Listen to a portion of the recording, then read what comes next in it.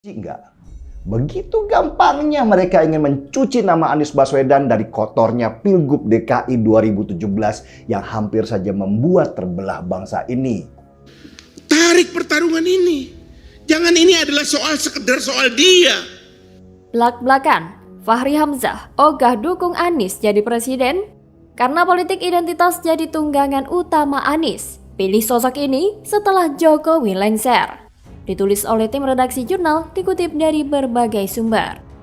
Zaman Pak SBY ikut konvensi, zaman Pak Jokowi ikut Pak Jokowi, zaman Pak Prabowo ikut Pak Prabowo, zaman Surya Paloh ikut Surya Paloh. Kan mesti ada sesuatu yang lebih besar dari sekedar saya harus jadi.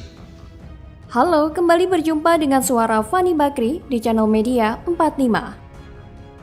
Wakil Ketua Umum Partai Gelora Fachri Hamzah mengungkap sosok yang bisa menyatukan keragaman Indonesia setelah Presiden Joko Widodo lengser. Tentu kita semuanya masih ingat mengenai Pilkada DKI 2017 yang begitu kental dengan nuansa syarat akan politik identitas. Dalam kontestasi pemilihan Capres 2024, Wakil Ketua Umum Partai Gelora Fachri Hamzah ternyata dengan tegas memilih Prabowo ketimbang Anies karena politik identitas. Benarkah hal tersebut? Mari kita simak. Sosok itu bukanlah Ganjar Pranowo apalagi Capres Koalisi Perubahan yakni Anies Baswedan. Sosok itu menurut Fachri adalah Menteri Pertahanan Prabowo Subianto. Dia mengatakan bahwa Prabowo bisa menjadi tokoh penengah saat terjadi polarisasi di pemilihan presiden 2024. Yang saya respect dari Pak Prabowo adalah dia itu berjuangnya lama. Ungkap Fachri dikutip dari video yang diunggah Instagram @klipfachri pada Kamis 16 Maret 2023. Aktivis 98 ini mengaku sejak dulu memang kerap mendengar Prabowo silang pendapat dengan pemerintah pada Orde Baru. Padahal Prabowo menantu Presiden Soeharto saat itu. Itulah yang menurut Fachri Hamzah luar biasa. Belum lagi dengan pidato Prabowo, ia bilang muatannya kerap mengkritisi konglomerasi. Keyakinan Fachri makin kuat ketika melihat rekam jejak Prabowo sebagai pendiri partai. Meski dipandang sebelah mata di awal, namun ex-petinggi Kopassus itu menurutnya konsisten dan setia di jalan partai politik. Dan akhirnya kemudian dia masuk dalam pemerintahan dan ikut ke dalam membangun pemerintahan setelah lama jadi oposisi. Hal itulah yang menurut Fachri Hamzah merupakan kesetiaan pada gagasan demokrasi yang kemungkinan bisa menjadi tokoh pemersatu. Apa yang diungkapkan oleh Fachri Hamzah memang tidak salah, tapi kurang tepat. Bukan hanya Prabowo, tapi juga Ganjar Pranowo. Gubernur Jawa Tengah itu tidak akan menggunakan politik identitas karena Ganjar merupakan sosok Pancasilais. Efek dari politik identitas inilah yang sangat berbahaya bagi keutuhan negara kesatuan Republik Indonesia. Karena politik identitas merupakan cara untuk meraih kekuasaan dengan mengorbankan persatuan, agama, suku, dan ras. Ganjar juga akan memberantas radikalisme di Indonesia. Hal inilah yang menjadikan Ganjar merupakan tokoh yang akan memberikan persatuan dan kesatuan bagi rakyat Indonesia. Dan jika antara Ganjar dan Prabowo disatukan, maka stabilitas NKRI akan terjaga. Karena kesatuan dan persatuan di Indonesia dipegang di tangan yang tepat. Jadi secara tidak langsung Fachri Hamzah ini mengklaim bahwa jika Anies jadi presiden, kesatuan dan persatuan di negeri ini akan diobrak-abrik. Karena seperti yang kita tahu bagaimana bengisnya Pilkada DKI Jakarta 2017 silam, memainkan isu SARA dan politik identitas. Dan sekarang, deretan kasus utang kampanye yang jelas-jelas melanggar undang-undang. Lantas, bagaimana mungkin masyarakat akan mentolerir kejadian serupa bakal terulang di pemilu 2024 nanti? Saya rasa masih banyak rakyat yang memiliki nalar waras untuk menolak ketimpangan ini. Lagian bagaimana mungkin hal semacam itu bisa menyatukan warga negara Indonesia menjadi satu kesatuan? Sekarang ini politik identitas sangat kencang dan sudah terbukti berhasil dilakukan di Jakarta. Dia akan mengulang lagi hal ini dengan mendapatkan dukungan dari partai yang terafiliasi dengan pengacau. Ini adalah sebuah hal yang jelas. Tentu inilah yang menjadi perhatian kita bersama bahwa warisan-warisan blunder peninggalan Anies nyatanya membawa malapetaka. Dan tentu kita sadar betapa bahayanya orang ini kalau beneran jadi presiden. Sebab ambisi Anies berkuasa memanglah mengerikan. Ia rela menghalalkan segala macam cara agar dapat mencapai ambisinya tersebut. Jadi, jelaskan kalau Bapak politik identitas memang tidak layak untuk didukung.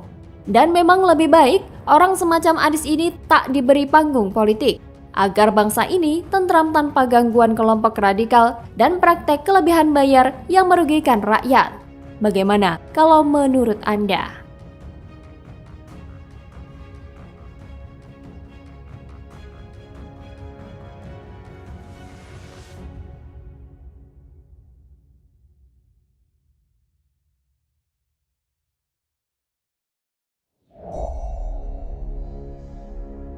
Thomas Lembong bongkar proyek bermasalah dan konflik internal Ancol. Peninggalan GES pendukung Anies emang rusak. Ditulis oleh tim redaksi jurnal, dikutip dari berbagai sumber. Itu yang menjadi beban kami saat ini. Ya, jangan-jangan si GIS ini keluar dari PT Pembangunan Ancol itu bukan karena takut dipecat, tapi takut dimintai keterangan KPK ya. Halo, kembali berjumpa dengan suara Fani Bakri di channel Media 45. Penjabat Gubernur DKI Jakarta Heru Budi Hartono mengatakan permasalahan yang tengah terjadi di tubuh perusahaan Ancol bukan menjadi urusannya. Oleh karena itu, dia enggan berkomentar soal adanya sejumlah masalah di tubuh perusahaan berplat merah ini, mulai dari proyek mangkrak hingga konflik internal.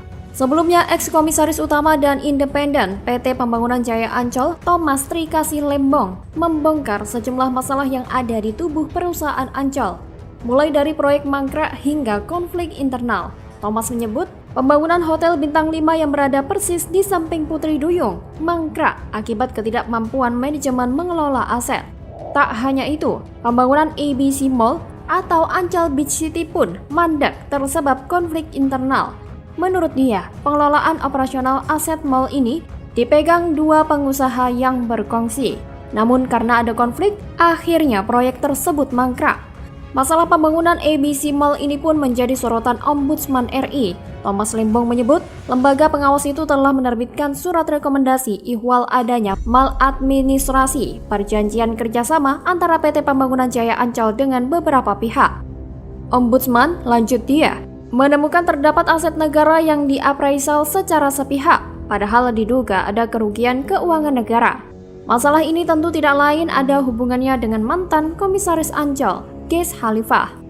Karena hanya dia yang bisa ditanyai pertanggungjawaban atas masalah yang terjadi di Ancol. Kemungkinan masalah ini disebabkan karena ketidakbecusan GES mengelola Ancol dengan baik. Bahkan, Lembong mengungkapkan bahwa Dewan Direksi Ancol saat itu yang terlalu berpolitik untuk kepentingan pribadi ataupun kelompok. Hal itu lantas menyebabkan Ancol tidak berkembang. Bahkan ada sejumlah carut-marut dalam pengelolaan Taman Rekreasi Ancol. Selain politik internal dan sikap pecah belah di antara sesama manajemen, carut-marut lainnya yaitu model bisnis yang jadul.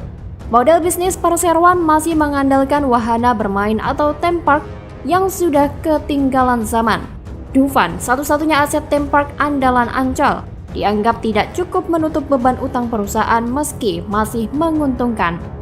Bisnis theme park tidak cocok dengan pasar wisata di abad ke-21. Bisnis ini membutuhkan investasi yang besar untuk peralatan beserta perawatannya. Sedangkan balik modal mesti menunggu sampai 40-50 tahun. Apalagi Dufan pada masa mendatang tak lagi mampu menyasar semua kelas wisatawan. Itu kemungkinan besar tidak ada upaya dari GES dalam memajukan dan mengembangkan Ancol. Bahkan, di bawah kepemimpinan GES, Ancol masih punya utang 1,4 triliun rupiah.